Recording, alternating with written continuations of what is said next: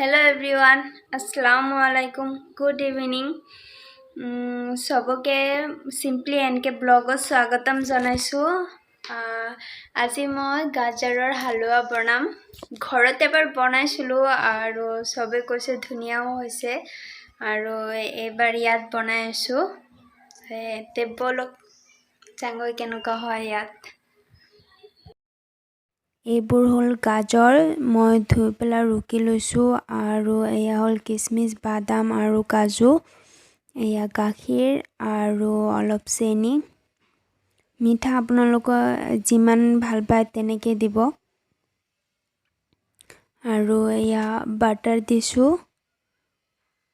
ঘিউ দিব পাৰে নহ'লে বাটাৰো দিব পাৰে। মই বাটাৰৰ গোন্ধটো বেছি ভাল লাগে মই বাটাৰে দিছোঁ, যোনে যি ভাল পায় আৰু এতিয়া দি দিছোঁ গাজৰ। এতিয়া মই ভালদৰে এনেকৈ লাৰি চাৰি মিলাই থাকিম যেতিয়ালৈকে সফ্ট হৈ নাযায়। অলপ সফ্ট হ'লে পিছত আপোনালোকে চেনি দি দিব। মই ইয়াত চেনি দি দিছোঁ কিন্তু দেখাব পাহৰি গৈছোঁ, দেখা পাইছে চাগে অলপ সফ্ট হৈ গৈছে। এতিয়া মই ইয়াত গাখীৰ দি দিম। অলপ এনেকুৱা সফ্ট হ'লে গাখীৰ দি দিলেই হ'ল। পিছত আকৌ লাৰি চাৰি অলপ টাইম মিলাব লাগিব আৰু অলপ সফ্ট হ'ব।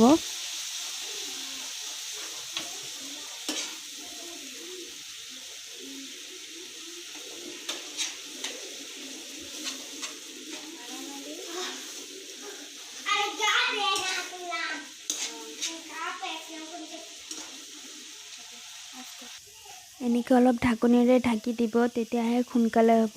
আৰু আপোনালোকে কুকাৰতো বনাব পাৰে, কুকাৰত আৰু বেছি সোনকালে হয়। আৰু এয়া হৈ গ'ল, সফ্ট হৈ গ'ল, তথাপি মই চামুচে এনেকৈ মিলাই দি আছোঁ। এতিয়া আমি দি দিম ড্ৰাই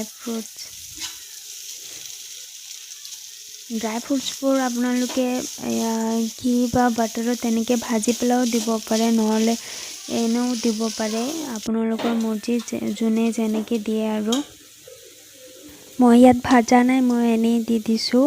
ফাৰ্ষ্টত এনেকৈ অলপ দি পেলাই মিক্স কৰি ল'ম, পিছত গাৰ্নিচিঙৰ কাৰণে অলপ ৰাখিম। গাজৰ হালৱা বনোৱাটো বহুত ইজি হয় আৰু সময়ো বেছি নালাগে, বহুত কম টাইমতে হৈ যায়। আপোনালোকে বনাব পাৰে আৰু যদি বনায় তে কমেণ্ট কৰি জনাব কেনেকুৱা হৈছে।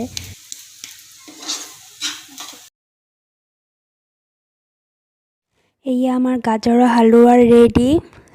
আপোনালোকেও বনাই চাব, বহুত টেষ্টি হয়, ট্ৰাই কৰিব এবাৰ। যদি মোৰ ভিডিঅ'বোৰ ভাল লাগে তে লাইক, শ্বেয়াৰ আৰু ছাবস্ক্ৰাইব কৰিব। Thank U.